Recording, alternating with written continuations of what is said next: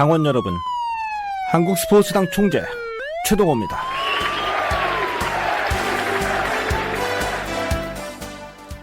제4회 한국스포츠당 시작합니다.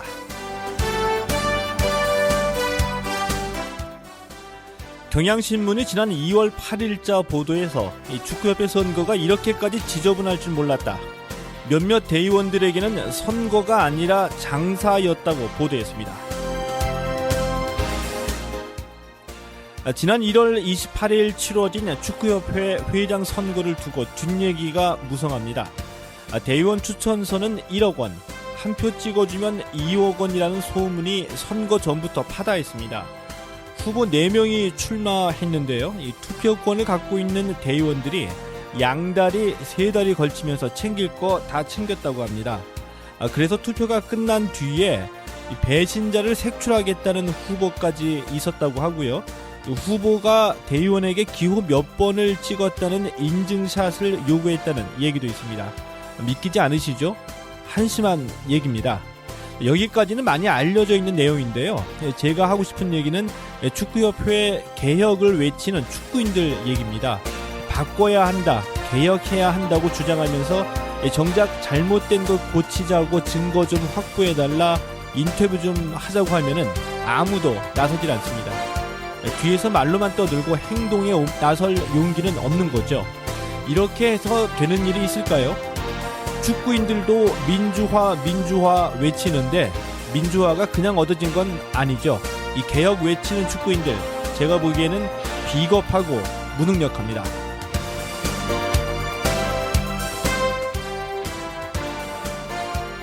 프로배구 LIG 손해보험이 성적 부진을 이유로 이경석 감독을 시즌 도중에 경질했습니다.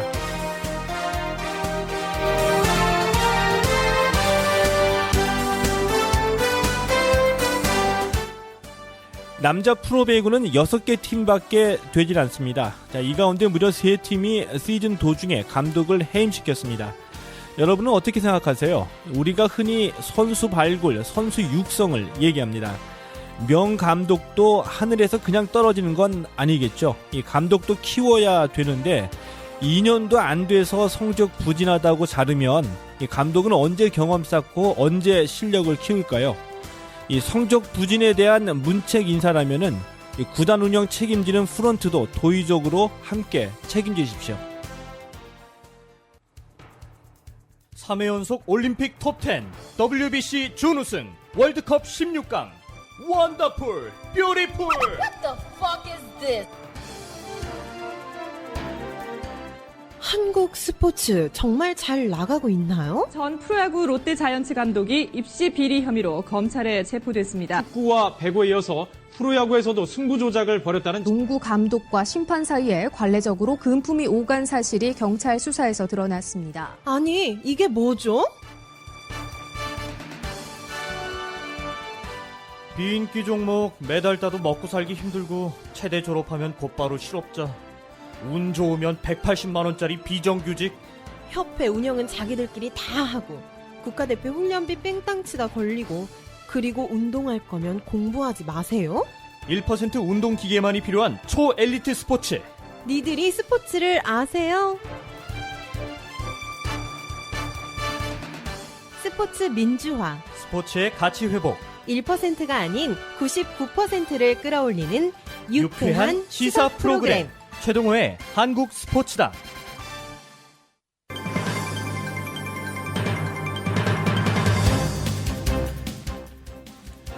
국제올림픽위원회 IOC가 레슬링을 올림픽 퇴출 종목 후보로 지정했습니다. 돈에 눈이 먼 IOC의 탐욕스러운 결정이다라는 얘기도 있고요. 재미없는 경기, 판정십이 반복되는 레슬링은 퇴출이 당연하다는 지적도 있습니다. 여러분은 어떻게 생각하십니까? 오늘 이슈에서는 이 스포츠 전문 장다령 변호사, 그리고 레슬링의 신이라 불렸던 심건호 LH 레슬링팀 코치의 얘기를 들어보겠습니다. 독일 분데스리가 함부르크 SV의 이 손흥민 선수가 상종가를 치고 있습니다. 지난 한 주간 일주일 내내 내외신에서 이 손흥민 선수 기사가 끊이질 않았는데요. 오늘 피플에서는 손흥민 선수가 소속팀에서는 펄펄 나는데 왜 국가대표팀 경기에서는 부진한지 심재희 유럽축구 전문 기자와 함께 손흥민 미스테리를 파헤칩니다.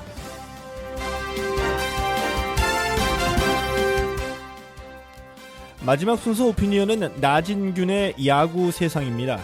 프로야구 선수협회 초대 사무총장을 역임했던 나진균 한국야구연구소장이 약체 소리를 듣고 있는 WBC 대표팀의 전력을 분석합니다.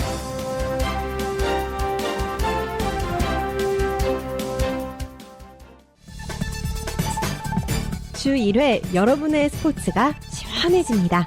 정치, 경제, 사회 문화가 함께하는 스포츠 시사 프로그램 최동호의 한국 스포츠다.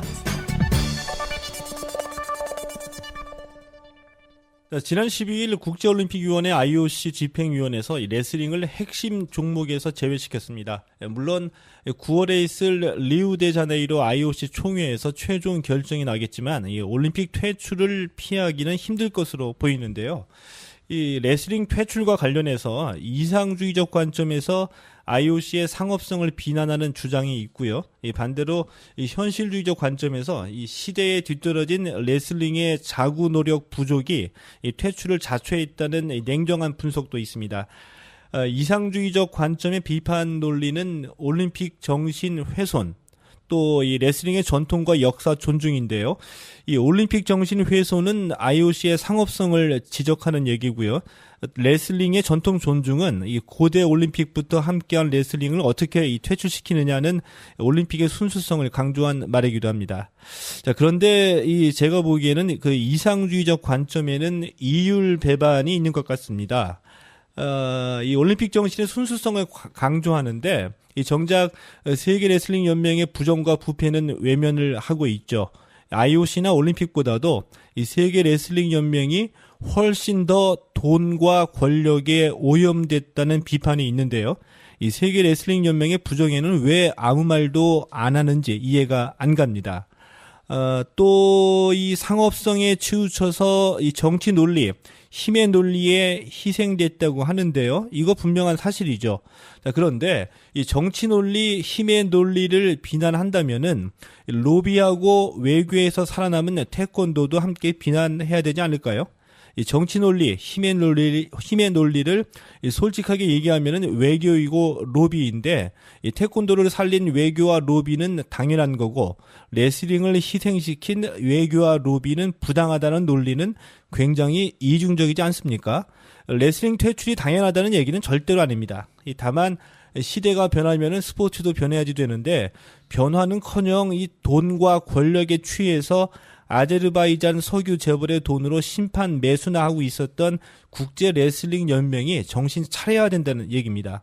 불쌍한 거는 선수들이죠. 레슬링 선수들 올림픽 하나 보고 운동하고 있습니다. 이 선수들이 무슨 죄가 있다고 이 마른 하늘에 날벼락을 맞아야 됩니까? 안타깝습니다. 자, 오늘은 레슬링 퇴출과 관련해서 이 장다령 변호사와 현실적인 배경을 한번 살펴보겠고요. 또 이 레슬링 스타인 심건호 LH 코치를 전화로 연결해서 이 선수들의 암담한 현실에 대해서 들어보도록 하겠습니다. 장다령 변호사 나오셨습니다. 네, 안녕하십니까? 예, 안녕하세요. 오늘이 이 4회째인데 이 3회 때도 나오셨죠? 예, 그렇습니다. 너무 자주 나오면 좀 신비감이 떨어지니까 제가 가급적이면 좀 중요한 때만 좀 모시려고 했는데 이번에 이 레슬링 퇴출과 관련해서 이 장대랑 변호사께서 아주 발군의 실력을 좀 보여주셨거든요. 아유, 감사합니다. 예, 유일하게 이 구체적인 사례를 들어가면서 이 국제 레슬링계의 부정을 지적을 하셨는데 그 글을 읽고서 제가 바로 이 장대랑 변호사를 이제 모시지 않을 수가 없었습니다. 2008년 때였죠. 그렇습니다. 베이징 올림픽 때 있었던 그 레슬링의 심판 매수가 적나라하게 밝혀진 적이 있었는데요. 그것도 우리가 잘 아는 분이 법정에서 증언을 한 적이 있었죠? 예, 그렇습니다. 세종 남호 여행사 천신일 회장님이요. 예, 2010년 1월경 자신의 알선 수재 등 범죄 사실에 대한 재판 과정에서 예. 방모 기업체 회장으로부터 받은 수천만 원을 용처와 관련해서 예. 자신이 2008년도 런던 올림픽 때 레슬링 예. 국제 심판들에게 줬다는 그런 진술을 했었습니다. 예. 그런데 그때 저희가 평창 동계올림픽을 유치하는 과정이기 때문에 스포츠계나 일부 언론들이 이를 사실상 은폐를 하였죠. 그래서 그 잘 알려지지 않았었습니다. 천신일 회장이었었죠. 그렇죠. 그 당시 또 그 대한 레슬링 협회 또 회장이셨군요. 그 외에 또 그 당시에 또 굉장히 잘 나가시던 그렇죠. 그때는 뭐 MB의 그 친구였었죠. 예, 예. 근데 제가 기억하기로는 그 당시에 그 국내 언론에서 이 대한체육회나 아니면은 뭐 이 대한레슬링협회가 진상조사를 하지 않았다고 썼거든요. 예, 맞습니다. 그런데 이 천신일 회장의 발언은 그 올림픽에서 발생한 그 심판 매수를 증언했던 얘기였기 때문에 예. 정확하게는 이 국제 레슬링 연맹이 발벗고 나서서 조사를 해야 되는 그런 사안이었다고 저는 생각을 합니다. 그렇죠. 예. 그런데도 이 일국의 그 레슬링 협회장이 호텔 방으로 직접 돈을 들고 가서 심판을 매수했다는 증언까지 했는데도 그 당시에 그 국제 레슬링 연맹은 아무런 조치도 취하지 않았었죠. 예, 그렇습니다. 아마 본인들이 직접 하기에는 예. 어렵고 그만큼 그 세계 국제 레슬링 연맹이 그런 어떤 심판 매수와 관련해서 구조적으로 예. 전반적으로 오염이 되었다고 볼 수가 있는 거죠. 이것이 2008년 베이징 올림픽 때 얘기인데 2008년까지 가지 않더라도 지난해 그 런던 올림픽에서도 레슬링은 판정에 사실상 의혹이 좀 많이 있었습니다. 그렇습니다. 사실입니다. 근데 그리고 우리가 이제 그 피해를 봤는데 이 우리나라에서 그 정지현 선수 또 이 최유준 선수가 억울하게 피해를 본 적도 있었죠. 예, 그렇습니다. 이 공교롭게도 그 아제르바이잔 선수들하고 그 상대한 경기에서 두 선수 모두가요? 그렇죠. 예. 예. 심판 그 판정의 어떤 희생 피해자가 됐었는데요. 정지현 선수 같은 경우는 그 런던 올림픽에서 메달을 기대했었는데 예. 그 그레코로망령 60kg급 8강전에서 그 아제르바이잔 선수와 했는데 우리 정지현 선수가 그 상대방 선수의 다리를 건드렸다고 이의 제기를 했고 그래서 그 심판들이 비디오 판독을 해서 예. 맞다. 예, 그래서 그것이 원인이 돼서 저희 그 정지현 선수가 그 패배를 하였죠. 예. 그래서 물론 저희 또 우리 그 선수단 측이 그 항의를 했지만 받아들여지지 않았습니다. 예. 또 마찬가지로 우리 저 최규진 선수, 예, 또 같은 그레코로망령 55kg급 바로 준결승전에서 예. 그 상대방 아제르바이잔 선수인데 그때도 잘못된 심판 판정이 나왔습니다. 그런데 이제 나중에 또 심판회에서 그것이 잘못된 판정이라는 결론이 나왔거든요. 그러나 심판위원회에서 다시 판정을 해가지고 이게 잘못된 판정이었다라고 결정 났다는 얘기죠. 그렇죠. 그럼에도 불구하고 그것이 예. 번복이 되지 않았죠. 예, 그래서 결국 우리 최규진 선수도 결승 진출에 실패했죠. 예. 예. 근데 아마 이 기억력 좋으신 분들은 분명히 이 기억을 하고 계실 텐데요. 왜냐하면 그때 이 정지현 선수 같은 경우에는 이 메달 후보로 거론이 됐었기 때문에 저도 이제 그 경기를 관심 있게 지켜봤었습니다. 근데 그때 제가 똑똑히 기억을 하고 있는데요. 그 당시에 중계 방송하던 그 캐스터하고 해설자가 여러 차례 얘기를 했었거든요. 무슨 얘기냐 하면은 이 올림픽뿐만이 아니라 이 국제 대회에서 레슬링이 유독 판정 시비가 많이 있었다는 얘기를 계속 했었었는데 이 국제대회에서 이 레슬링이 이렇게 이 판정 시비가 잦을 수밖에 없었던 뭐 별다른 특별한 이유가 있었습니까? 아까도 잠깐 말씀드렸지만 그 심판 배정에 있어서 구조적으로 어떠한 그런 문제가 발생할 수밖에 없었다는 거죠. 지금은 이제 조금 며칠 전에 물러났지만 예. 마르티네트 그 스위스 출신의 스위스 국적의 그 국제 레슬링 연맹 회장 예. 그분이 심판위원장도 겸임을 하고 있습니다. 회장인데 심판위원장 겸임했다. 예. 그리고 사실 어떻게 보면 심판 배정은 예. 그 공정성을 기하기 위해서는 뭐 추첨 내지는 예. 다른 방법에 의해서 대기는 추첨을 하죠. 그렇죠. 예. 예, 배정을 해야 되는데 본인이 임의적으로 예. 배정을 하는 겁니다. 그러니까 회장이자 심판위원장인 그 마르티네티 회장이 자기 마음대로 심판을 배정해가지고 경기 내보냈다 이 말씀이죠? 그렇죠. 예. 예. 그리고 특히 아까도 잠깐 말씀드렸지만 그 아제르바이잔 예. 그 선수들과 관련한 경기에서 특히 그런 심판 판정에 논란이 있었거든요. 그 아제르바이잔이 평소에는 그렇게 얘기할 만한 나라가 아닌데 레슬링과 관계돼서는 오늘 계속 나오네요. 아제르바이잔. 근데 그게 다 연유가 있습니다. 예. 뭐냐면 바로 그 국제 레슬링 연맹의 후원업체 중에 하나가 바로 아제르바이잔의 석유 재벌입니다. 석유 재벌이요. 예. 그리고 또 그 석유 재벌과 그 마르티네트 그 회장의 어떤 커넥션이랄까요? 그거 관련해서 아주 안 좋은 예. 소문과 또 말들이 그 많았었거든요. 아, 그러면 지금까지만 하신 말씀만 보더라도 이 아제르바이잔의 석유 재벌이 이 필라 국제 레슬링 연맹을 후원을 했고 거기에 이 커넥션이 있는 것으로 의심을 받는 이 마르티네티 회장이 심판위원장을 겸임하면서 아제르바이잔 선수가 경기할 때 직접적으로 신분이 있는 심판을 투입했을 가능성이 높다라는 그렇죠. 얘기죠. 그러니까 결과와 예. 그러한 배경을 봤을 때 그것이 상당히 어느 정도 신빙성이 있다고 볼 수가 있는 거죠. 아, 그 어느 정도 뭐 그 그림이 그려지네요. 예, 맞습니다. 하나를 보면 10개를 안다는 얘기가 있잖아요. 근데 뭐 언제나 뭐 무조건적으로 하나를 보면 10개를 다 알 수 있는 건 아니지만 뭐 얘기 듣고 보니까 이 마르티네티 회장이 얼마나 무능한지 저는 한 3개 정도까지는 좀 알 수 있을 것 같거든요. 예. 뭐 예를 들면은 이 마르티네티 회장이 그 IOC 집행위원회가 열릴 때까지도 이 레슬링이 탈락할 수 있다는 낌새를 전혀 알아차리지 못했다고 그러거든요. 예.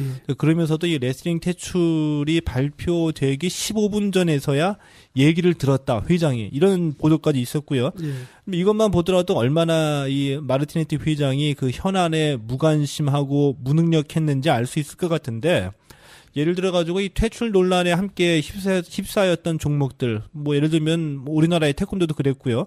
뭐 탁구나 유도 같은 경우에도 그동안 이 살아남기 위해서 필사적인 노력이 있었잖아요. 예, 그렇습니다. 그런데 뭐 레슬링 같은 경우에는 뭐 전혀 퇴출이라는 위기감도 없었던 것 같고, 올림픽의 변화를 쫓아가려는 자구 노력도 전혀 없었다. 이런 비판을 좀 많이 받고 있죠. 예, 그렇습니다. 물론 국제 레슬링계도 그 레슬링 연맹도 빠떼르 제도 폐지라든가 이제 그런 어떤 일부 개전은 있었는데 그것이 아주 너무나 미흡했다는 거죠. 다른 예. 종목에 비하면 예를 들어 뭐 태권도나 뭐 유도나 그런 종목들은 뭐 팬의 관심과 어떤 미디어의 관심을 불러일으키기 위해서 경기 운영 방식을 바꾸거나 하는 그런 노력이 컸었죠. 예. 그래서 예를 들면 뭐 탁구는 컬러볼 또 11점 제도 도입을 했고 유도는 또 컬러 도복도 도입하고 점수 제도도 또 변경을 했고요. 예. 양궁도 우리 한국이 정말 강국이 아닙니까? 예. 그러나 그 한국에 오히려 불리할 정도로 그러니까 좀 더 모든 나라가 좀 더 그렇죠. 유리한 경기를 할 수 있도록 오히려 그런 규정을 바꾸는 그런 노력이 있었다는 얘기죠. 그럼 그거에 비해서 국제 레슬링 연맹은 그 노력이 부족한 것이죠.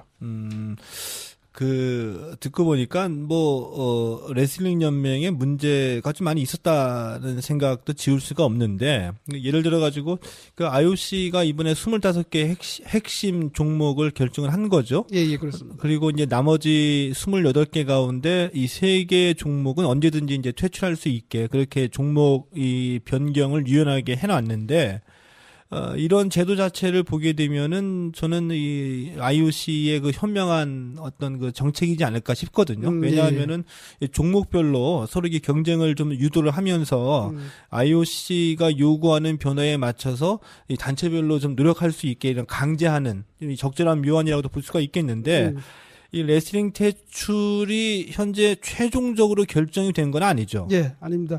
오는 5월달 예. 집행위원회 그리고 9월달에 그 IOC 총회에서 이제 최종 결정이 나는 거죠. 9월이요? 예. 그러니까 리우데자네이루에서 열리게 되는 IOC 총회에서 최종 결정이 된다는 말씀이시고요. 예. 마지막으로 질문 하나 좀 더 들어보겠습니다. 그 레슬링 퇴출에 반발하는 국제 레슬링계의 실력 행동이 좀 이어질 것 같거든요. 예. 뭐 이거 어떻게 보면 또 예상했던 일이기도 한데요. 뭐 예를 들어서 이 뉴욕 타임즈 같은 경우에는 이 레슬링 퇴출이 정치적 음모라고까지 이 보도를 했습니다. 예. 이 퇴출을 결정했던 집행위원회가 레슬링에 별 관심이 없는 이 서유럽 국가 출신들로 짜여졌다는 이유를 들었는데요. 이 반대로 보면은 뭐 미국이나 러시아, 일본 같은 이 레슬링 강국들만이 또 레슬링 부활에 나선다고 한다면은 뭐 이것도 이 뉴욕 타임즈 논리대로 보면은 음모론이지 않을까 이런 생각도 저는 솔직히 드는데 예, 예. 제가 봤을 때 근본적인 이유는 딱 하나입니다. 우리나라에게 이익이 되느냐 손해가 되느냐 이것이 가치 판단의 기준이 돼가지고 레슬링 퇴출과 레슬링 잔류로 나눠지는 것 같은데 이 솔직하게 말씀드리면은 뭐 이 속으로는 이익이냐 손해냐를 따지면서 이 겉으로 올림픽 정신과 역사를 좀 포장한다는 느낌도 지울 수는 없고요. 이 퇴출을 막으려고 하는 레슬링 강국들의 레슬링 이 잔류 노력이 이어지겠죠? 예. 조금 전에 음모론을 말씀하셨는데요. 예. 저의 생각은 조금 다른데 오히려 음모론이라고 한다면 현 IOC가 그런 어떤 국제 레슬링 연맹의 그런 부정부패 그런 문제를 더 이상 용납할 수 없다는 따라서 현 그 국제 레슬링 연맹의 집행부를 퇴진시키고자 오히려 이와 같은 결정을 한 것으로 보고요.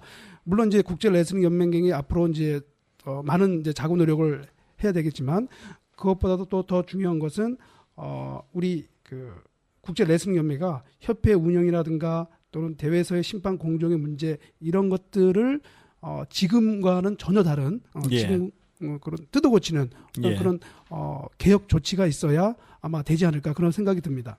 예. 이 사실 이 70년대까지만 하더라도 IOC가 거의 파산 직전이었습니다. 이 올림픽 규모가 커지면서 대형화하다 보니까 이 개최 국가뿐만이 아니라 IOC도 파산 직전까지 가면서 해답이 없었거든요. 그래서 유엔이 올림픽을 개최해야 된다 이런 얘기까지 나왔던 적이 있습니다. 이때 이 해성과 같이 등장한 사람이 바로 우리가 잘 아는 사마란치 전 IOC 회장이죠. 이 사마란치가 이때까지의 이 올림픽 아마추어리즘을 벗어 던지고 IOC를 전 세계 최고의 독점 기업, 그러니까 이 올림픽이라는 상품을 전 세계에 독점적으로 판매하는 세계 최대 기업으로 만들어 놓았습니다. 팔 수 있는 건 다 팔고 있는데요. 이제 그러다 보니까 뭐 지나치게 이 지나친 상업화라는 비판도 많이 받고 있고요. 뭐 저도 이 올림픽의 과도한 상업화는 분명히 비판을 해 왔습니다. 하지만 이 국제 레슬링 연맹의 속 사정을 들어보니까 이번 레슬링 퇴출은 IOC의 상업성보다는 국제 레슬링 연맹의 무능과 부패 때문이 아닐까 이런 생각이 듭니다. 오늘 시간 내주셔서 고맙습니다. 예, 감사합니다. 예, 지금까지 장다령 변호사였습니다. 레슬링 퇴출과 관련해서 선수들이 느끼는 충격은 또 다를 수밖에 없겠죠. 이 160cm의 작은 키로 레슬링의 신이라고 불리우는 사나이가 있습니다. 이 무려 2체급에서 이 그랜드 슬램을 달성한 이 보기 힘든 대기록의 주인공인데요. 이 레슬링 하나로 세계를 호령했던 작은 거인 심권호 LH 레슬링팀 코치를 전화로 연결했습니다. 여보세요? 여보세요? 예, 안녕하세요.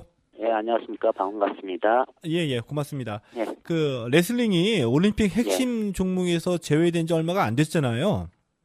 이게 아직은 100% 제외된 건 아니고 아니죠. 기회는 예. 있는데 예. 아직 그냥 우울하네요. 예, 그런데 벌써 그 운동을 그만둔다는 선수가 있다는 얘기도 들었는데 선수들이 지금 좀 어떻게 지내고 있습니까? 지금 뭐 어떻게 보면은 선수들이 이제 내가 가야 할 목표가 없어졌으니까 예. 그런 생각을 가지고 있을 수도 있어요. 그러니까 제가 도착하는 꼬린 지점이 보여야 되는데 꼬린 지점이 없는데 예. 그러니까 앞으로 나갈 수가 없는 거죠. 그러니까 일종의 이 선수들로서는 뭐 올림픽 하나 바라보면서 운동했던 것이 사실인데 그렇죠. 선수들도 목표를 잃어버리고 자칫하면은 뭐 이 기존에 있던 이 실업팀들마저도 이 팀을 해체할 가능성도 전혀 배제할 수는 없다고 보죠. 그러니까 올림픽 이제 2년 뭐 아시안 게임 올림픽 왔다 갔다 하면서 이제 그때만 잠깐 빛을 이렇게 많이 보는 레슬링인데 예. 그 와중에서 올림픽 제일 큰 메달인 올림픽 메달을 없앤다고 하면은 솔직히 옆에 있는 기업들이 이렇게 많은 투자를 솔직히 레슬링에 많이 안 해주겠죠. 그런 거에 대한 걱정이 많이 커요. 예, 아무래도 이 기업은 좀 현실적인 계산이 있어야 되니까 그럴 가능성도 배제할 수는 없다는 생각이 들고요. 예. 이 미국이나 러시아 같은 이 레슬링 강국에서는 이 퇴출 저지 운동이 시작이 됐다고 합니다. 예, 맞습니다. 예, 국내에서도 이 레슬링 퇴출 반대 서명 운동을 시작할 거라고 얘기를 들었는데요. 예. 구체적으로 어떻게 하실 생각이십니까? 이 국내 레슬링계에서는? 지금 이제 오늘부터 이제 이번 13년 세계선수권 선발전이 이제 시작됐거든요. 예. 이제 내일 가가지고 이사회 회의가 있고요. 이제 어떻게 레슬링이 어떻게 나가야 될 그 방향을 이제 제시하면서 지금 이제 또 서명 운동도 오늘부터 시작했을 겁니다. 예. 조금 가슴 뼈 아픈 질문이 될 수도 있겠습니다. 예. 이 퇴출 반대를 위한 여론을 좀 조성하는 것도 좀 중요하고요.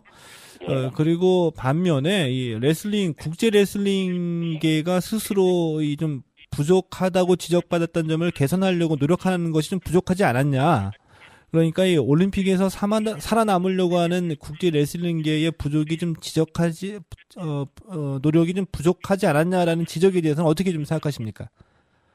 조금 솔직해서 레슬링계 세계연맹 집행부에서 예. 안해한 생각을 좀 가지고 있었던 것 같아요.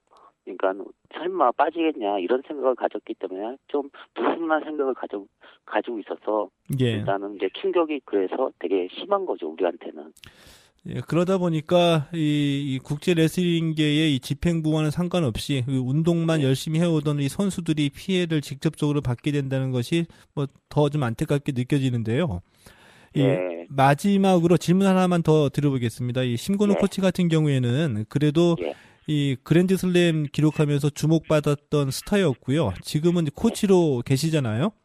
예. 예, 그런데 지금 상황에서 이 올림픽 퇴출로 인해서 이 목표를 잃어버리고 이 상실감을 갖고 있는 후배들이 많이 있을 거라고 생각이 들거든요. 그렇죠. 이 레슬링 후배들에게 한 말씀 좀 해주시죠. 일단은 후배들한테 하고 싶은 말은 후배들은 자기 본무 이제 운동을 열심히 하고 이제 이거에 대해서 좀 많은 신경을 안 썼으면 좋겠어요. 이거는 내 선배인 우리나 집행부 그리고 세계연맹에서 꼭 다시 원 자리로 갈 수 있는 그렇게 만들게 꼭 노력할 거고요. 예. 그러니까 이런 거 신경 안 쓰고 진짜 운동만 열심히 해서 더 좋은, 그러니까 저보다 더 유명한 사람이 됐으면 좋겠어요. 예, 그 심건호 코치 같은 경우에는 이 대한민국을 대표하는 레슬링 스타이고요. 앞으로도 이 레슬링의 장점도 많이 알려주시고 이 국제적으로도 많은 활동을 해가지고 이 올림픽에서 레슬링을 계속 볼 수 있었으면 좋겠습니다. 오늘 시간 내주셔서 고맙습니다. 예, 꼭 모든 사람들 희망에 맞춰가지고 꼭 좋은 모습 보여드리겠습니다. 예, 고맙습니다. 예. 예, 지금까지 이 레슬링의 신이라고 불리우는 심건호 LH 레슬링팀 코치였습니다.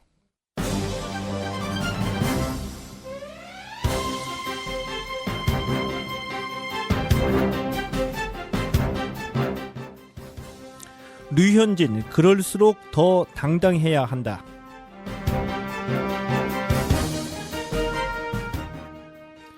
메이저리거 출신인 기아 타이거즈의 서재영 선수가 류현진 선수에게 한 말입니다.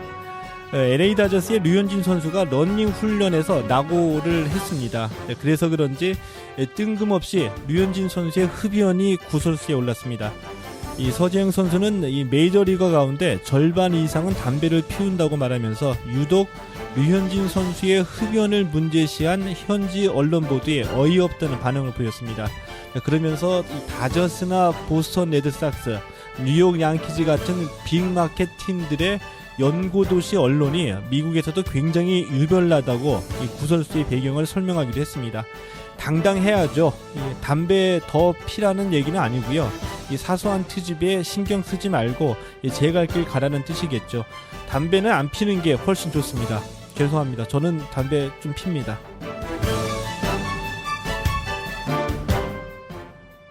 한국 농구가 우스워?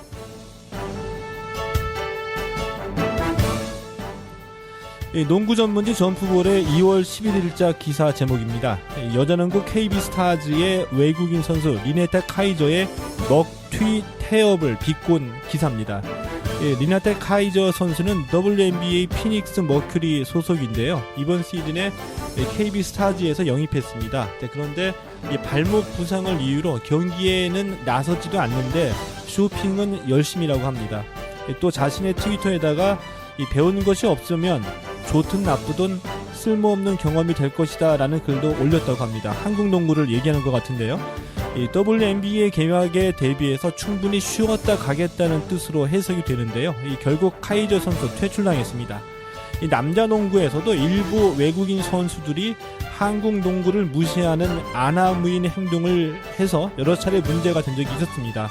반면에 야구에서는 외국인 선수들이 미국으로 돌아간 뒤에 한국을 잊을 수 없다, 많이 배웠다라는 글을 자주 올렸는데요. 최근에는 이 지난해 삼성에서 뛰었던 탈보트 선수가 미국 언론과의 인터뷰에서 이 한국 야구 마치 남미 축구를 연상케 할 정도로 열정적이다라고 말을 했고요. 이 덧붙여서 한국 야구 팬들은 야구장에서 파티를 즐기는 것 같다고 말하기도 했습니다.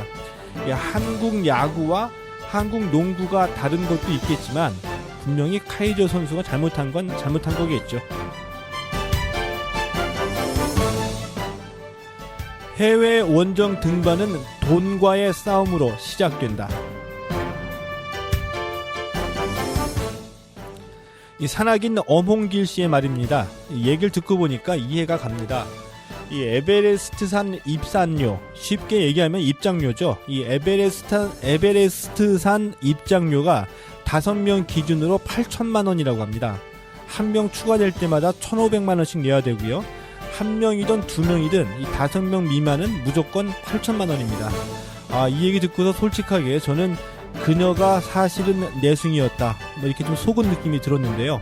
워낙 등반이 많다 보니까 에베레스트 산도 온갖 쓰레기로 몸살을 앓고 있다고 합니다. 네팔이나 티베트 정부가 입산료의 10% 정도라도 에베레스트 환경 보호하는 데 썼으면 좋겠습니다.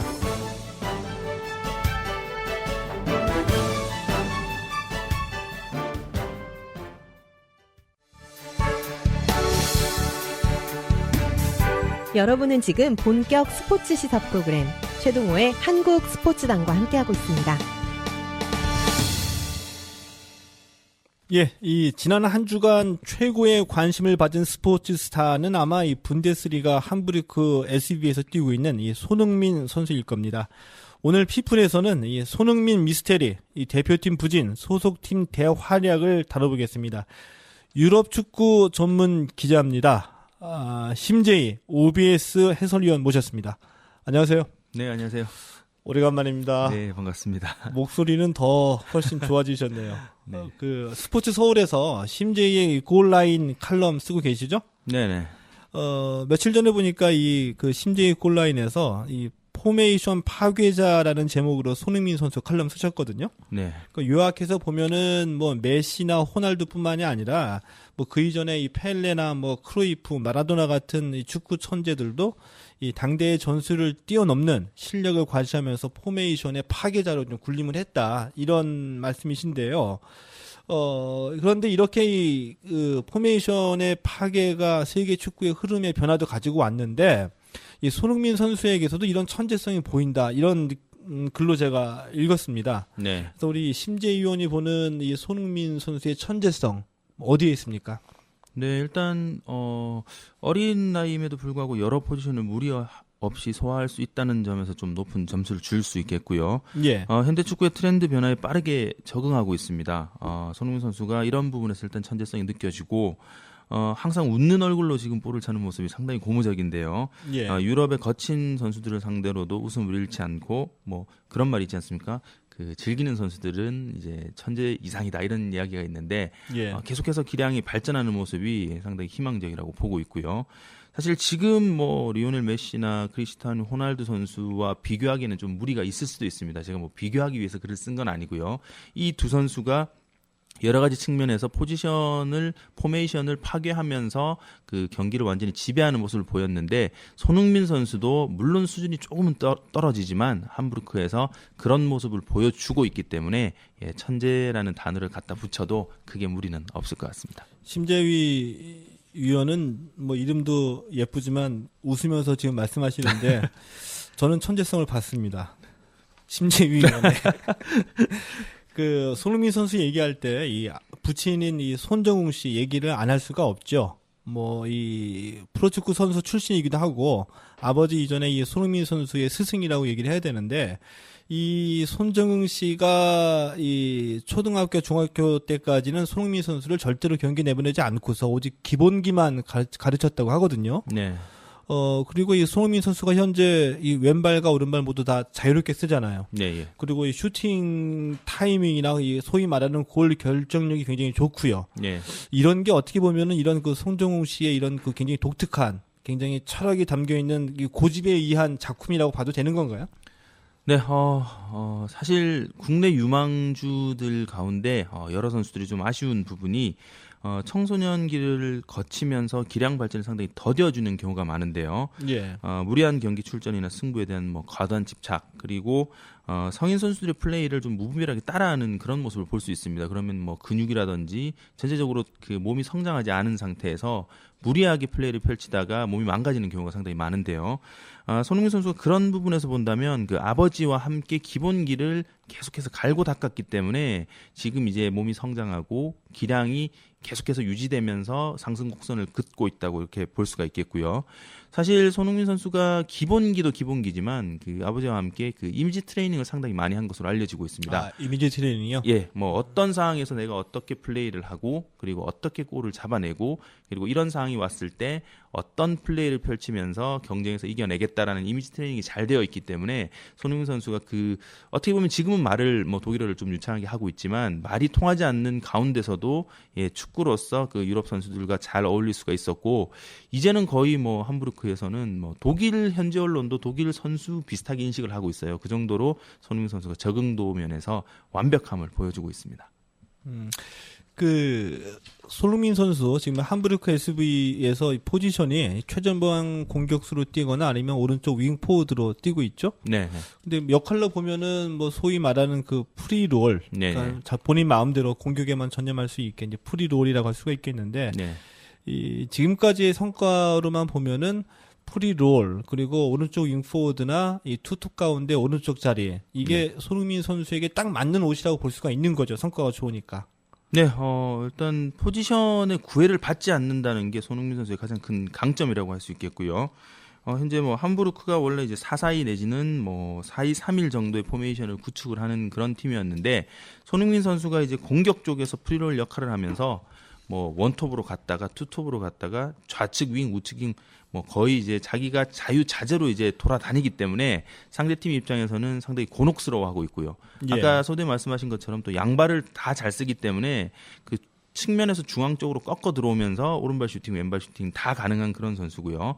그런 측면에서 볼 때 뭐 지네딘 지단, 루이스 피구 이런 선수들이 측면 쪽에서 중앙 쪽으로 그 프리롤 역할을 좀 확대했다고 볼 수 있는데 이 부분을 이제 메시 선수나 호날두 선수가 측면과 중앙을 가리지 않고 이제 완전히 마음껏 누비는 그런 모양새를 띠고 있거든요. 예. 손흥민 선수가 바로 함부르크에서 그런 모습 보여주고 있습니다.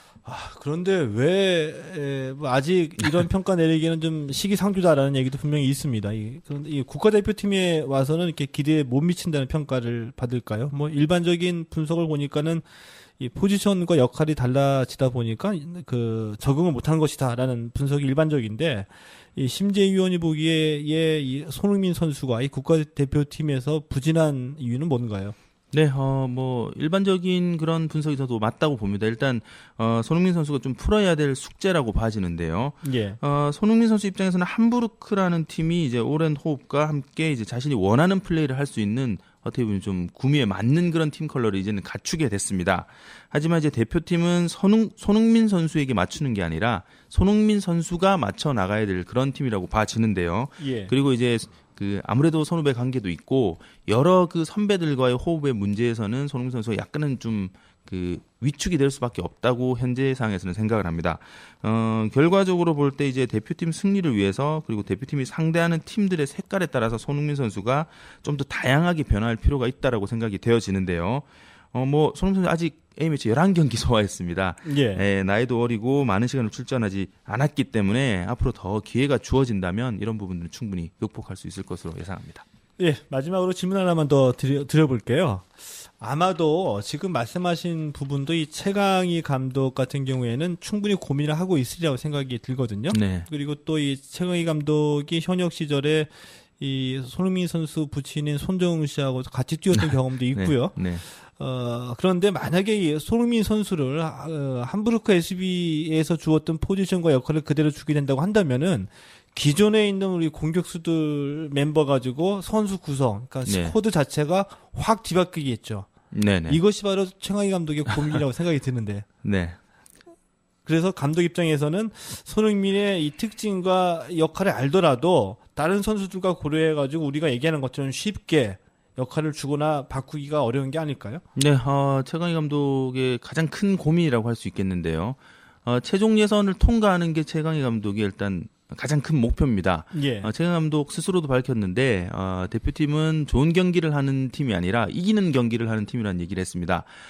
현재 지금 맞춰져 있는 게 그 손흥민 선수 위주가 아니기 때문에 개인적으로 볼 때는 손흥민 선수 위주로 실험을 하는 건 좋지 못하다고 판단을 하고요. 예. 현재 멤버들을 주축으로 가되 이제 미래까지 생각해서 승리를 거두면서 손흥민 선수의 효과까지 누릴 수 있다면 그게 뭐 가장 좋은 금상첨화가 아니겠나 싶고요.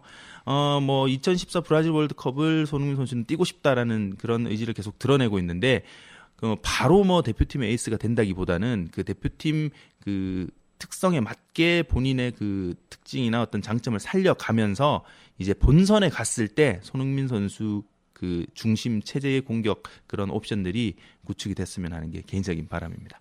예, 이 대표팀은 좋은 경기보다는 이기는 경기를 해야지 된다. 그리고 이 손흥민 선수 한 명을 위해서 실험을 할 수는 없다라는 얘기가 좀 기억에 남고요. 네네. 이 손흥민 선수 현재 만 20살입니다. 이 기대보다는 좀 더 많은 관심과 사랑으로 이 손흥민 선수를 잘 키워내는 것이 아직까지는 더 중요하지 않나 하는 그런 생각이 들기도 하고요. 바쁘실 텐데 오늘 시간 내주셔서 고맙습니다. 네, 감사합니다. 예, 지금까지 유럽 축구 전문 기자 심재희 OBS 해설위원이었습니다. 한국 스포츠당은 매주 월요일 오후 6시 100.3MHz 관악 FM에서 생방송으로 진행됩니다. 이 관악 FM 애플리케이션 다운받으시면 생방송으로 들으실 수 있고요. 이 팟캐스트로 들으시려면은 아이폰은 애플 아이튠즈, 아이폰 이외의 스마트폰은 팟빵으로 들으시면 됩니다. 이런 거 모두 복잡하다 그러면은 인터넷에서 무조건 최동호의 한국 스포츠당 검색하시면은 이 팟캐스트로 들으실 수 있습니다. 문의하시거나 궁금하신 점은 한국 스포츠당 페이스북이나 블로그에 글 남겨주시면 됩니다.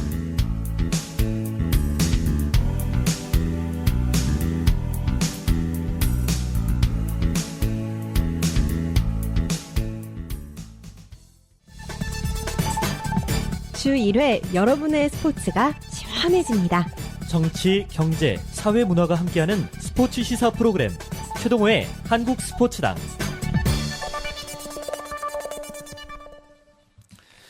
예, 월드 베이스볼 클래식 WBC가 다음 달 2일 개막합니다. 야구 대표팀은 지난 12일 1라운드 격전지인 타이완으로 출국했습니다. 여러분, 이 WBC 대표팀 걱정 많이 하고 계시죠? 다들 어렵다, 약하다고 하니까 걱정 많이 하고 계시리라고 생각을 하고 있습니다. 그런데 저는 이번 대표팀이 정말 약한 건지 아니면은 약하게 보이는 건지 궁금한데요. 오늘 오피니언은 나진균의 야구 세상입니다. 홍명보 감독의 동기자 충암고 야구부의 뜨거운 피가 아직도 식지 않았다고 합니다. 이 프로야구 선수협회 초대 사무총장이었던 나진균 한국야구연구소장 나오셨습니다. 안녕하세요. 네, 안녕하세요. 아직도 이 충암고의 뜨거운 피가 식지 않으신 지난주에 일본 갔다 오셨죠? 네, 갔다 왔습니다. 삼성하고 한화가 오키나와에 있고 두산이 미야자키에서 훈련하고 있는데 다 도신 거예요? 아니면 한 팀, 두 팀 도신 거예요? 한 팀만 보고 왔는데요. 예. 아주 의외의 팀을 보고 왔습니다, 저는. 의외의 팀이라면은 네. 어느 팀인가요? 이대호가 있는 오릭스를 보고 왔습니다, 저는. 우리 전지훈련 간 게 아니라 오릭스. 네. 이대호 선수도 지금 WBC 때문에 대표팀에 합류해 있는데. 그렇죠. 이제 설날이 껴있다 보니까. 예. 그 일정이 조금 약간 좀 좀 문제가 좀 생겨가지고 예. 예, 저는 어떻게 가가지고 오릭스만 가서 보고 왔어요. 아, 네. 그러시구나. 네, 네. 아, 저는 혹시 그 한화 갔다 오셨으면은 네. 한화 분위기 좀 묻고 싶었었거든요. 네. 이번에 저는 특히 그 김웅영 감독 새로 부임하셔가지고 네. 지금 전지 훈련 중인 한화 분위기가 어떤가 좀 굉장히 좀 궁금했었었는데 그거 안 봐도 다 압니다. 어떤가요, 간단하게. 분위기 뭐 살벌하죠. 살벌하군요. 그러면 좀 달라진 모습으로 네. 2013년 시즌 기대해봐도 좋을 것 같은데 나 소장님은 담배 안 피우시죠? 아, 저는 하여튼 일찍 배우고 일찍 끊었습니다. 아, 그럼 몇 살 때 시작해서 몇 살 때? 그건 노 코멘트 하겠습니다. 운동 시작하면서 피신 거죠? 아, 운동은 선배들하고 같이, 형들하고 같이 배워서. 뭐 하여튼 추측을 해보시면 비슷하게 맞을 것 같습니다. 부인을 안 하시고 계시고요.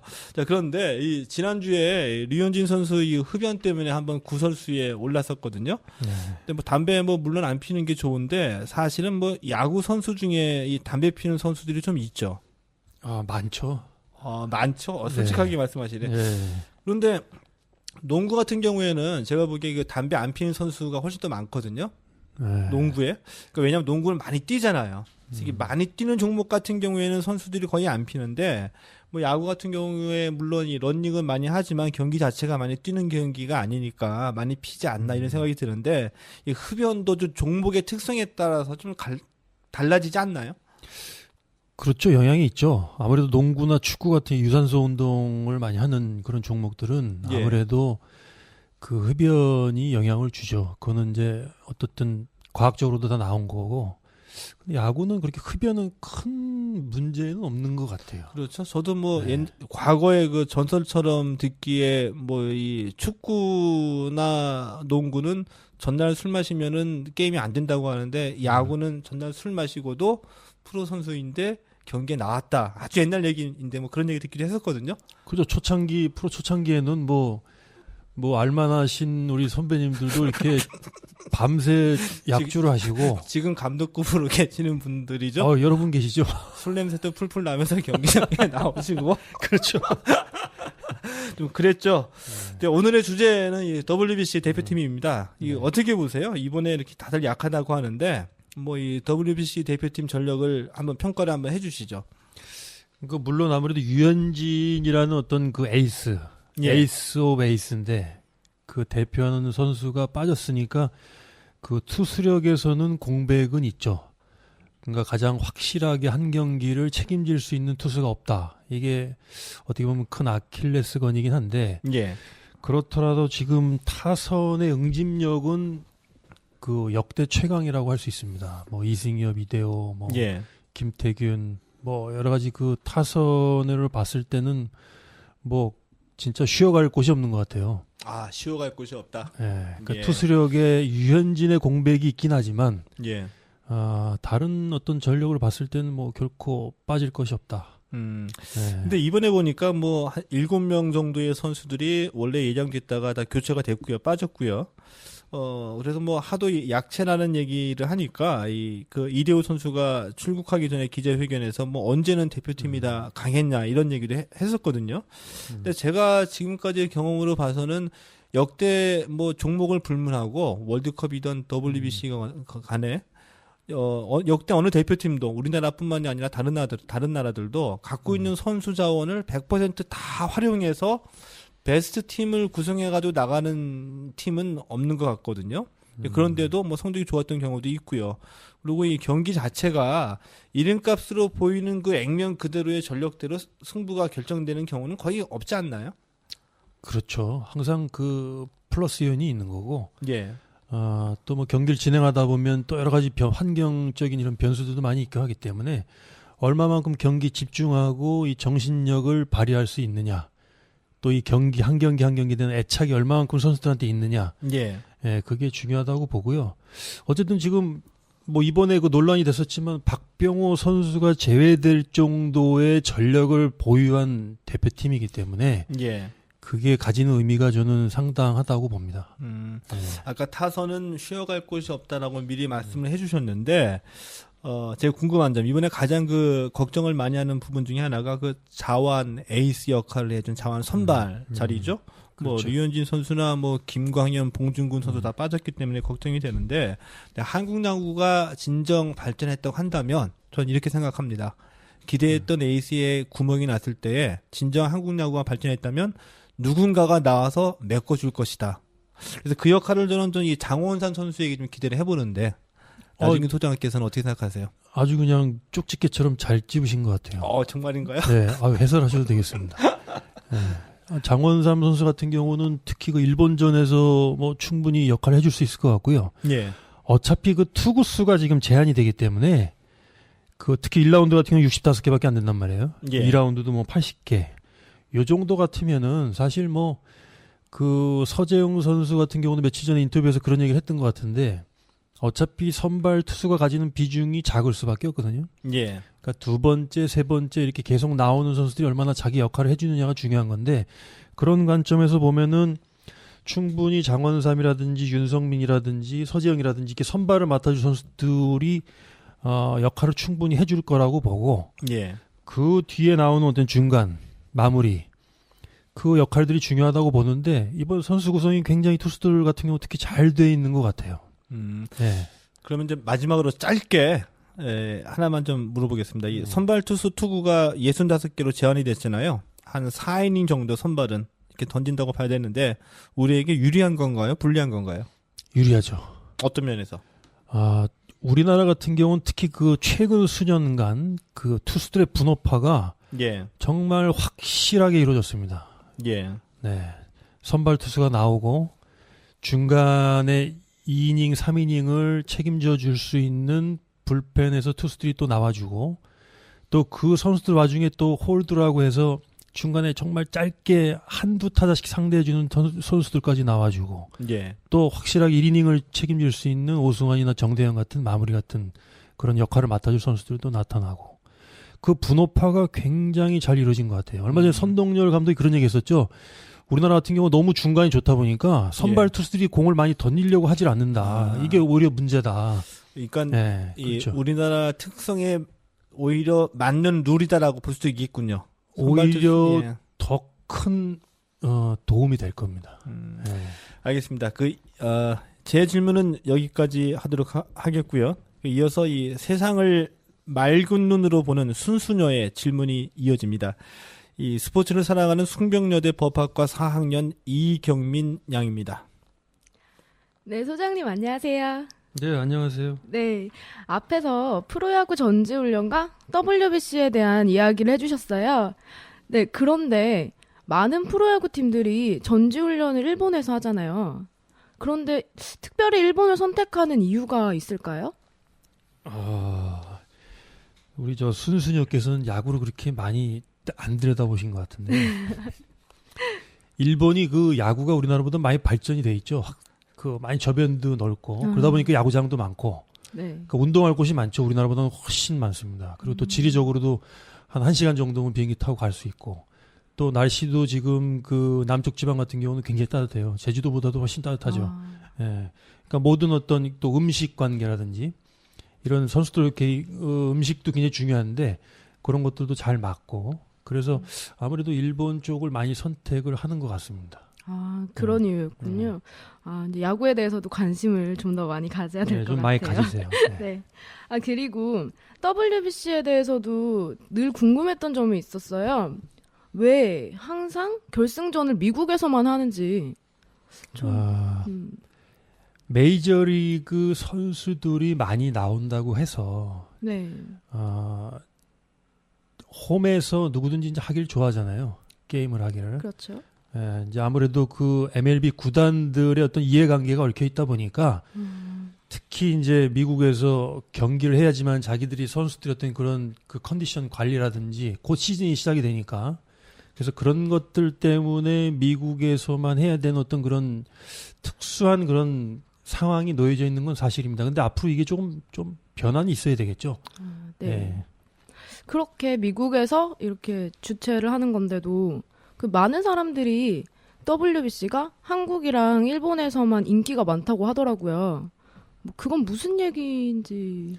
처음에 제가 1회 WBC 같은 경우는 제가 운영위원으로 이제 참여를 했었는데 그때 보니까 그 LA에서 경기할 때, 샌디에고에서 경기를 할 때 보니까 정말 우리 그 한국, 일본 교포분들이 정말 야구에 대한 열기가 대단하다는 걸 제가 알았는데 엄청나게 많이 오셨어요. 이게 지금 한국인지 뭐 일본인지 모를 정도로 미국 야구장이 맞나 싶을 정도로 많이들 오셨는데 그런 문제들 때문에 그러니까 미국이지만 한국이나 일본이라는 전혀 다른 나라에서 와서 한 경기 때문에 아마 그런 것 같아요. 네, 그렇군요. 네, 소장님 감사합니다. 네, 지금까지 순수녀였습니다. 여러분, 저희는 다음 주에 만날게요. 네, 정말 순수했습니다. 오늘 나와주신 이 한국야구연구소 나진균 소장님 오늘 고맙습니다. 네.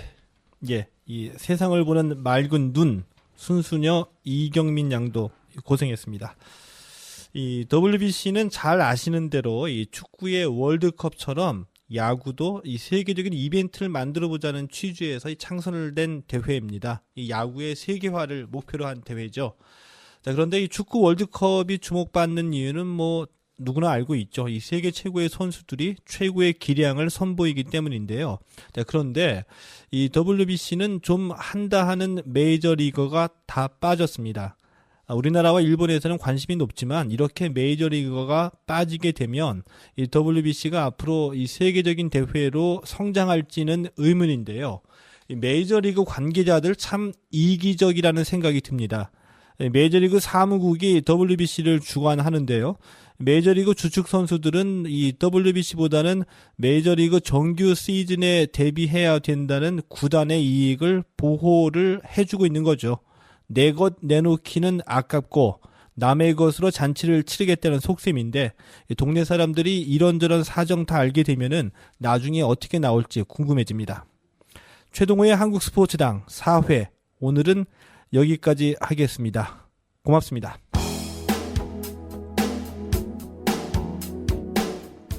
청재님 가라사대. 하나, 스포츠를 좋아한다면 공부해라. 스포츠에도 보이지 않는 손이 존재한다. 경제와 정치에 관심을 갖고 스포츠를 바라봐라. 웃고 즐기기만 한다면 주머니 털리는 봉이 될 뿐이다.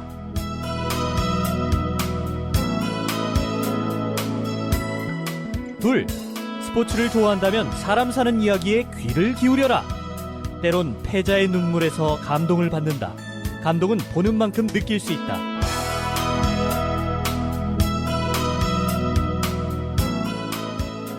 셋, 스포츠를 좋아한다면 스포츠의 가치를 생각해라. 페어플레이와 공정성이 최선의 가치이다. 설익은 프로페셔널이 만들어낸 삐뚤어진 프로의식, 결과중심, 승자독식, 황금 만능주의에서 벗어나 보자고요. 스포츠의 가치를 회복한다면 세상은 바뀝니다. 스포츠 민주화. 스포츠의 가치 회복. 1%가 아닌 99%를 끌어올리는 유쾌한 시사 프로그램. 최동호의 한국 스포츠당.